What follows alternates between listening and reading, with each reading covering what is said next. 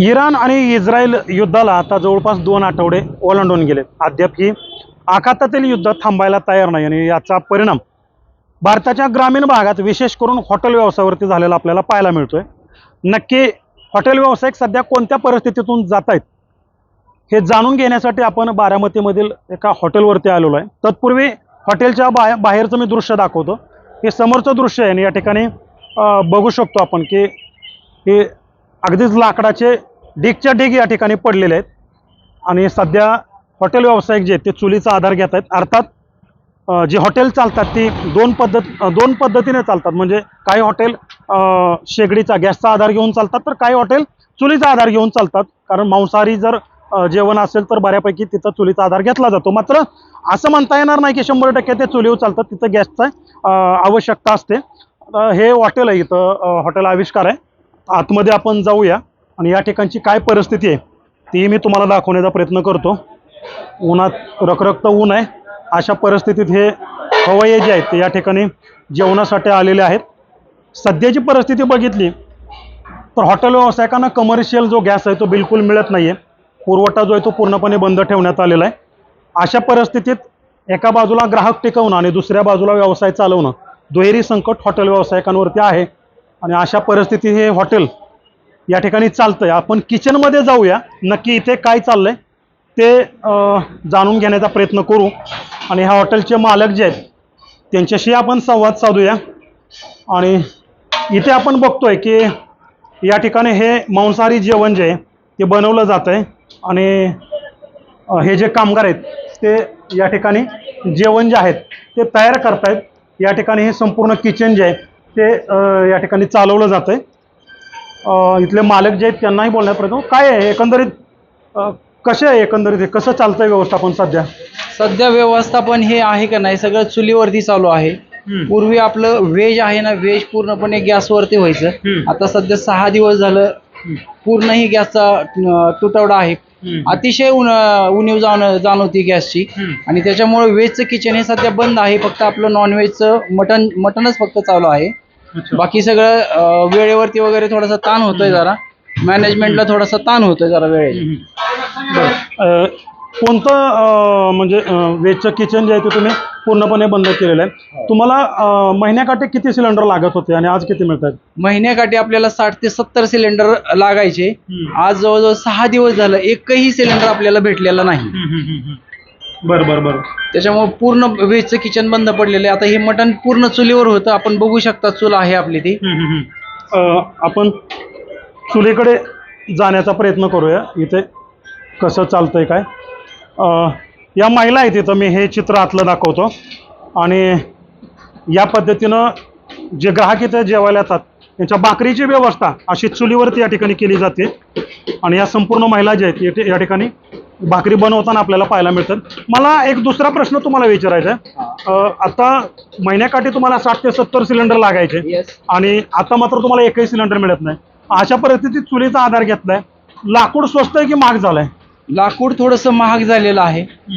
पहिलं पूर्वी वाळलेलं लाकूड 7 रुपयांनी किलो भेटायचं, आज ते 9 रुपये किलोने आपल्याला घ्यावं लागतंय. अजून पुढच्या 1-8 दिवसात अजून त्याचे रेट वाढण्याची अजून शक्यता आहे. कधीपासून फरक पडलाय हा? एक 8 ते 10 दिवस झाले. बरं. आणखीन काय गोष्टींचा सामना करावा लागतो गॅस नसल्यामुळे? वेळेच, दुसरं काही नाही. लोकांचं बाकीचं तर काही सगळं आहेच व्यवस्थित सगळं. वेळेत जेवण पोहोचवायला मुश्किल. आपली पहिले आपण काय करायचो, भाकर पहिली तव्यावर पचवून घ्यायचो जी गॅसवर चालायची आणि त्याच्यानंतर चुलीला लावली जायची, जेणेकरून ती फुगली जायची आणि पारंपरिक पद्धतीने आपल्याला ती भेटायची. पण आज पूर्णपणे सगळं चुलीवर असल्यामुळे त्यांनाही धुराचा सामना करावा लागतोय आणि भाकरी भाजायलाही टाइम जातोय. महिला आहेत तिथं भाकरी बनवणाऱ्या, त्यांच्याशी बोलण्याचा प्रयत्न करूया. काय सांगाल मला, आता या ठिकाणी धुराचा सामना करावा लागतोय आणि धूर स्वसत भाकरी बनवावं लागतात. कसं चाललंय एकंदरीत हे सगळं? काय सांगावं, काय एकंदरीत कोणत्या गोष्टीच्या अडचणी येत आहेत? आता गॅस मिळत नाही, चुलीवरती हे सगळं तुम्ही बनवताय. आता चुलीवरच बनवावं लागतंय, मग कसं बनवायचंय आता?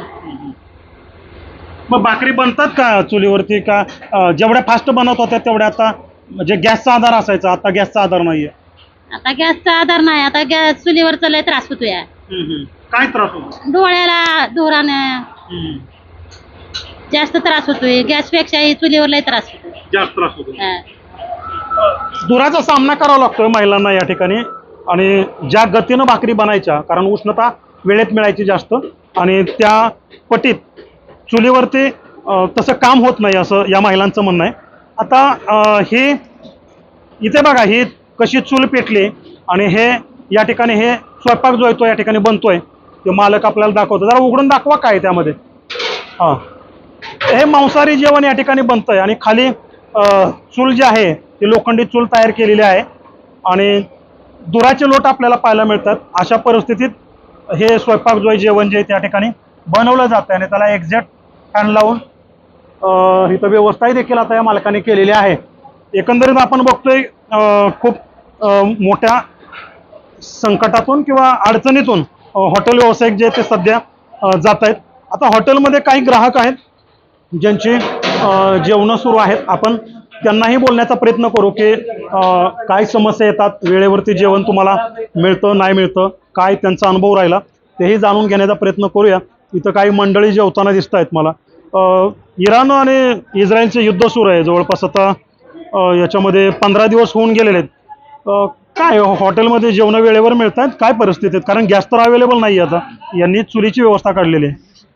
नाही आता सध्या तर सिलेंडर शॉर्टेज जे आहे पहिले तर भारताला सगळ्यात कमी फटका बसला त्याचा कारण आपलं जे इराण बरोबर संबंध आहेत तर आमची अंडरस्टँडिंग अशी आहे की कमर्शियल जे मोठे इंडस्ट्रीज आहे टाईल्स इंडस्ट्री झाल्या किंवा जिथे लार्ज स्केलमध्ये रिक्वायरमेंट आहे तिथे थोडंसं जास्त प्रभाव आहे. पण जे अपकंट्रीमध्ये जे आहेत हॉटेल जसं इथे म्हणा यांचं खूप चांगलं गोष्ट आहे की चुलीवरचा प्रयोग होतो या गोष्टींसाठी. पण जेवण मागलेत का काय म्हणाले मला, जेवण वगैरे मागले? कारण बऱ्यापैकी हॉटेल जे आहेत ते आता चुलीवर चालू झालेत आणि व्यावसायिकांचा दावा असा आहे की जे त्यासाठी लागणारं लाकूड आहे ते मागलंय.